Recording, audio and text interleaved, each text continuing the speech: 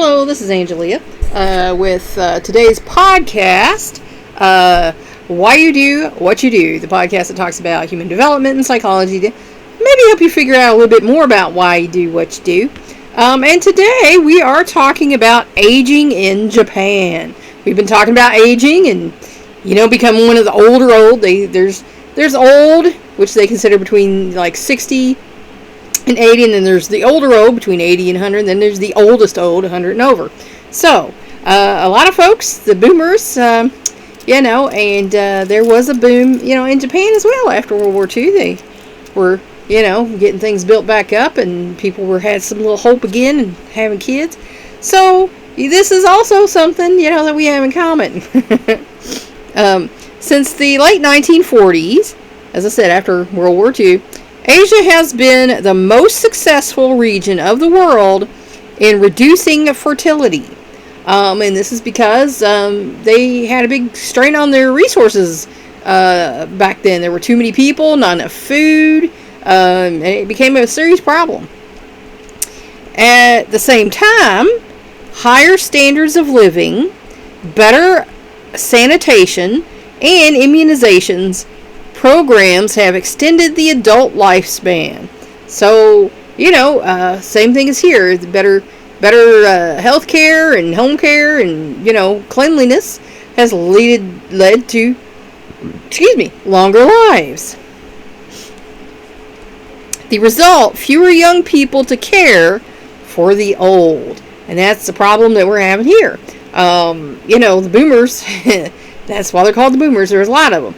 And a lot of boomers didn't have a whole lot of kids. I actually, out of my father's 3 brothers and 1 sister, none of them had kids. He's the only one of his generation that had kids. On my mom's side, she was the only one who had, natural kids. There were some step kids through one of my uncle's wives. But, so they didn't have as many kids as the previous generation. So now there's more old people than, to go around, and we can't take care of all of them. In Japan, nearly 1 person in 6 is now older than 65, accounting for close to half of the nation's total government-sponsored health care spending. So, they're having the same problem over there now. The boomers are getting old, and it's a strain on the system because there's not enough younger folks to make that up. By 2025, and that's this year, Japan will have twice as many older adults as children, and nearly 40% of them will be at least 80 years old. So, there's twice as many adults as there are children to care for them, and they're old folks now. So, this is a problem. Pension reserves will likely be exhausted, and the social welfare burden, largely for retirement and health care costs for the elderly, may consume nearly 3/4 of the national income. So, if you can think about that, their gross domestic product, all their national income, 3/4 of that is going to be spent on taking care of old people. So, that's a lot. And I don't want this to sound mean, but the good news is once they're no longer with us, that'll be some breathing room in the national budget, and they can do more things with that. And I don't expect any generation after us to have a boom like that again. I just really don't. Because the days of thinking it doesn't matter how many kids we are, we'll love them all, and we'll do the best we can, has become kind of a passé way of thinking. People realize it costs money to raise kids, and there's that to consider, and we only have X amount of money and things. If you were all still down on farms and grew your own food and everything, that might be doable, but it still might be a stretch. So, that's something that is a real problem in the USA and over there in Japan. The Japanese pension system is a pay-as-you-go plan like Social Security in the United States. And it has similar problems. And let's just face the facts. If you don't have enough people paying in to take care of the amount of old people that are there, that's a problem. It wasn't, supposed to be like that. When you have a negative, 3 growth, there's a problem there. Everyone is required to join and to pay a basic minimum into the fund, just like, here in Social Security. But many self-employed people do not make their required contributions because they no longer trust the system. And many self-employed people here just don't bother. People don't even claim their income sometimes. I claim mine because I don't want nobody, knocking on my door and taking my stuff. But, I claim everything I make, which isn't much, granted. But, I know it's doing the right thing. And so when I do my taxes and things, they take that Social Security out. So I've already worked enough, quarters to collect Social Security. But I want to make sure, if I can get more, I would like to get more, Many people also belong to supplementary corporate plans. But with the stock market collapse in the early 1990s, and we had ours here in the, 2000s. I think it was 2009 or something like that. But they had one in the 90s. Many of those plans were bankrupt or were underfunded. So, Japanese people who were putting their money in these corporate plans, they got screwed. Because, the money just went poof.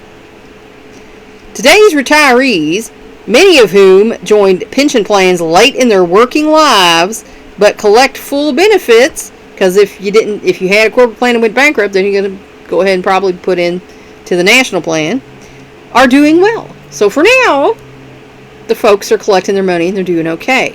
Problem's going to be when, like I said, that negative growth shows up where you only have these younger folks putting in, and then you got a lot of older folks, and they're going to have to do something.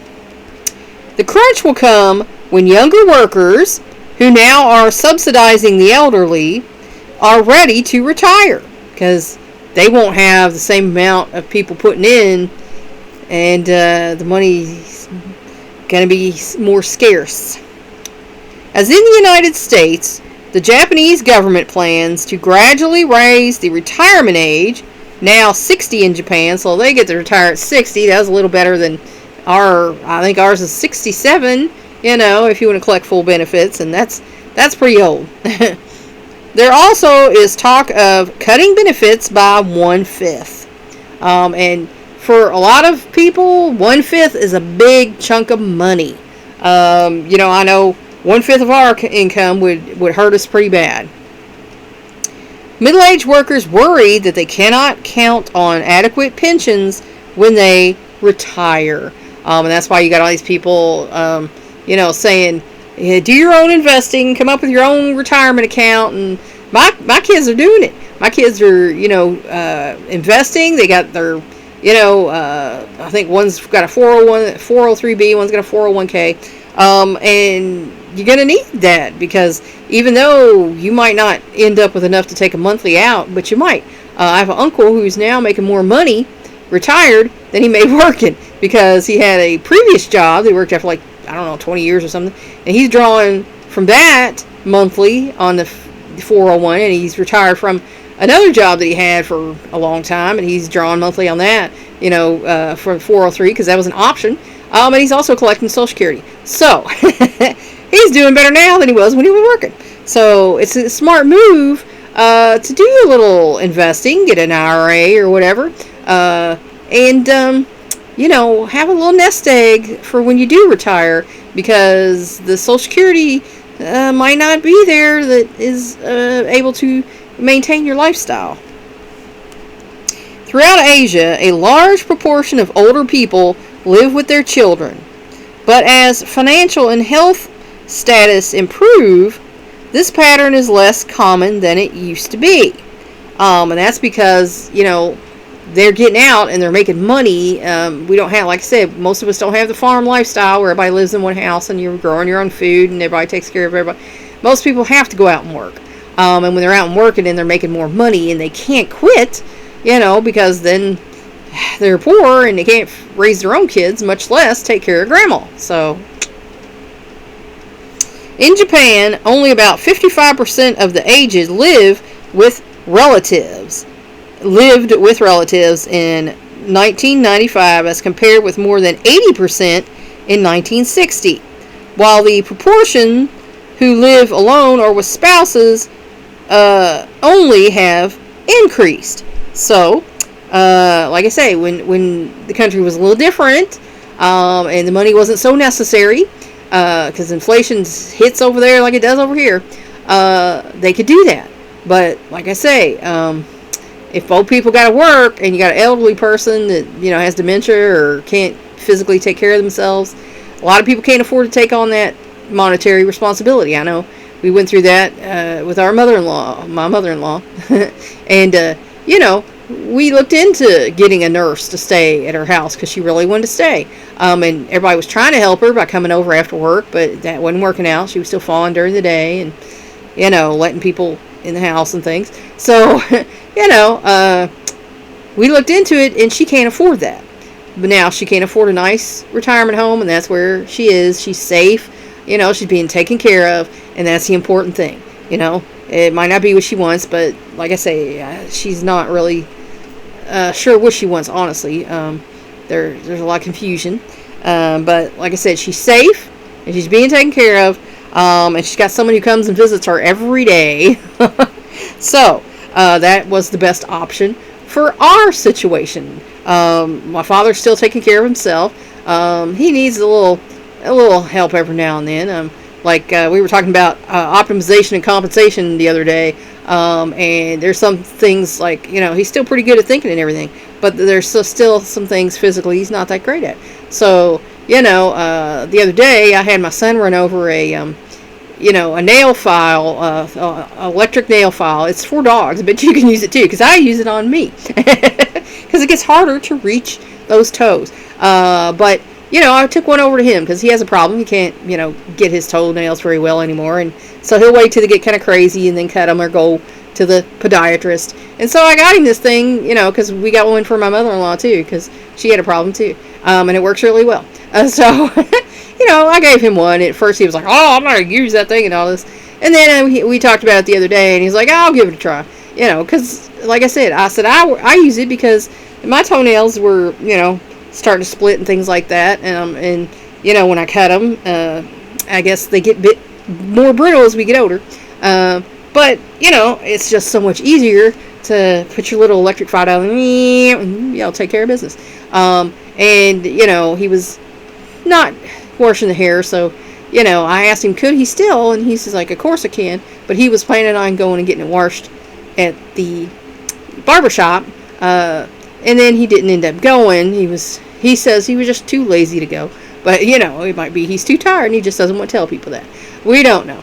But anyway, I got him some dry shampoo because they used to use that on my grandma in the nursing home. And when I was in the hospital and I had, an operation, and I wasn't, to get in the shower and things, they would come up and they were using that on me. And I took some home from the hospital, so I know it was pretty good. So I saw some on sale, for like over half off. It was like 75% off. So I picked it up for him, and that way he can wash his hair and he don't have to worry about leaning over the sink and, getting dizzy because, that's the thing. So, I'm helping him compensate for things he's not necessarily good at, and, so, I mean, sometimes we just do what we can, and let them do what they can.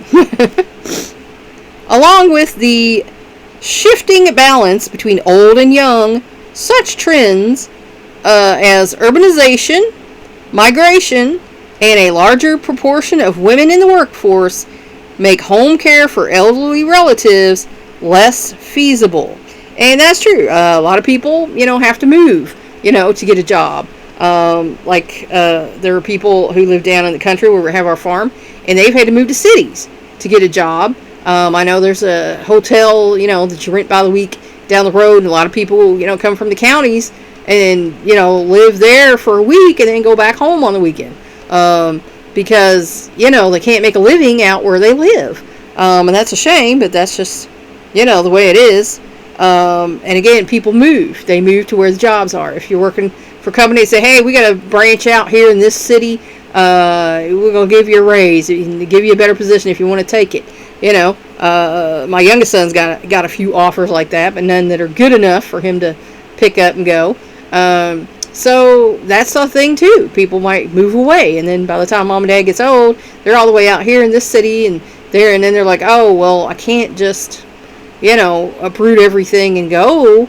I wouldn't have a job and things like that. So, that happens too. And again, women, this century mostly, last century, I always say this century as if we're still in the 1900s. I'm old, so that's when I was born. I forget we're in the 2000s.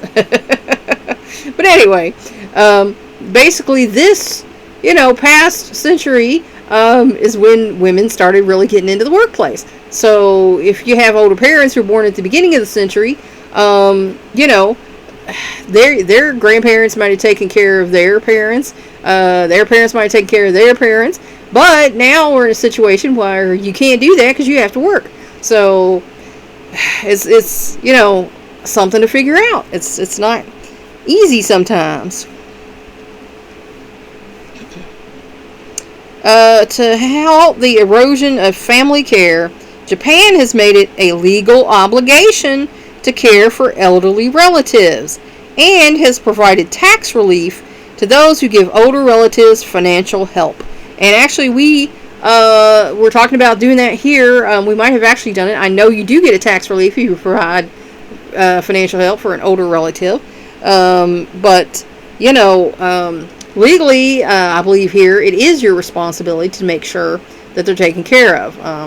Like I said, my husband's family was threatened with some action if they didn't make sure somebody was with her 24/7 because she couldn't physically be by herself anymore. And like I said, mentally, there was an officer that came to her house and there were some discussions and things and it was off. But, like I said, she's now being taken care of 24/7 and she's safe, and that's the important thing. And that's what you need to do for your elder, is make sure they're safe and taken care of 24/7. Institutionalization is seen as a last resort for those who are destitute or without families.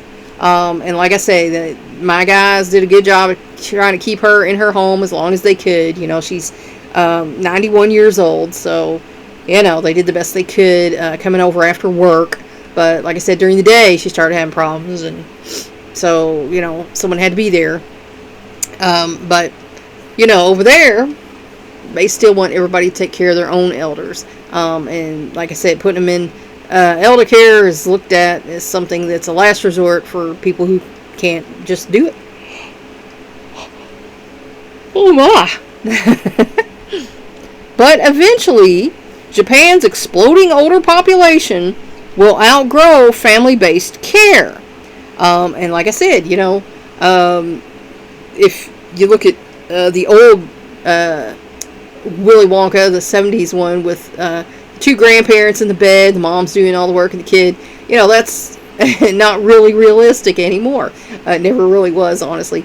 But, like in my case, I would have had my dad, two uncles, an aunt and another uncle, and then my husband would have his, mom and her sisters, and, that just wouldn't be realistic. We live in a small 2-bedroom house, so there's no way we could make that work.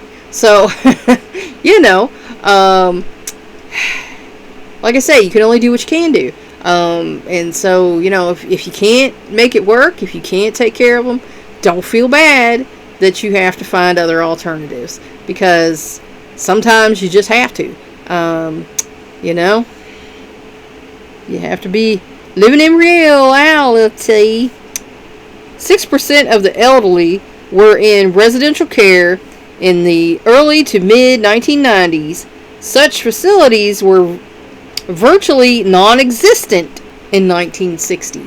So, in 1960 in Japan, they didn't really have, nursing homes. It kind of had to become a thing after people didn't have families, or, people had to work. Both people had to work, and they couldn't take care of the elder folks during the day. So, they're catching up with the other industrialized country who have problems. Like, what do we do now? Most Japanese, like most other Asians, oh my gosh, want to help elderly people remain independent and productive as long as possible, and when they do need assistance, to help their families care for them. And that's how most people feel about that, is you want your elder person to stay as independent as long as possible. Like I said, I had someone in my family saying maybe my dad shouldn't have been home, but he is, and he's like smart enough to take care of his own personal business, and he's physically healthy enough where he can still walk around. He gets in his car, goes out to restaurants, and goes out to the drugstore and stuff. So, he's still taking care of himself. So there would be no reason to put him anywhere, because he's perfectly capable of taking care of himself. He needs a little help with a few things, and that's fine. We're all going to end up that way someday. I have to have help carrying groceries up my stairs. So, am I ready to go in a nursing home? No, not really. I'm still perfectly capable of taking care of myself within reason. I'm optimizing and compensating. And, like I said, some people do come to the point where they need help. And then you have to make a decision. Like I said, I had an uncle who basically quit, his job, and moved to this city to take care of my grandmother. And the rest of the family paid him money to do that, because they didn't, couldn't do it, couldn't afford to do it. So they gave him a little money. They paid him, and he lived with her, and they took care of her, and that worked out for them. But like I say, we didn't have anybody in our family, young person, because in her mother-in-law had a granddaughter that lived with her and took care of her. But we didn't have anybody like that. We didn't have any spare. And I told her one time, she's like, why can't somebody do? And I said, well, I'm sorry that we don't have any spare 17-year-old girls straight out of high school and nothing else going on to come live with you. I'm sorry, but we don't. And she was kind of like, but it's just the facts. The situation was not the same. And we didn't have any spare kids that could, just move in with her. They all had lives and wives and, significant others living with other people. And, again, my husband and I couldn't physically take care of her. My older son couldn't probably physically take care of her. So, it's just, you gotta live in reality. Meeting these goals is a difficult challenge. And that's true. Because every family's different and every family's situation is different. If, all old people, stayed smart and physically healthy until the day they dropped, that would be awesome. But that's not the case. So, as the children, you have to decide when they get mentally and physically incapable of taking care of themselves, what's going to happen. Can someone in the family do that? And then maybe you can pay that person. Are we going to have somebody come in? Can you afford to have somebody come in? Or, is the best we can do, is to put you in a home and come see you and, make sure you're okay and well taken care of. These are the things that you are going to be challenged with if your elders live long enough. So, that's how aging in Japan is going. Pretty much similar to how it's going on here. And that's where I'm going to leave you for today. I hope that helped you figure out maybe a little bit more about why you do what you do. Please like and share this educational program so we can spread it around the world. If you want to help me out, subscribe to my YouTube channel. If you want to help me out even more, go to my Patreon page and become a patron. Thanks for watching. That's all for now. Until next time.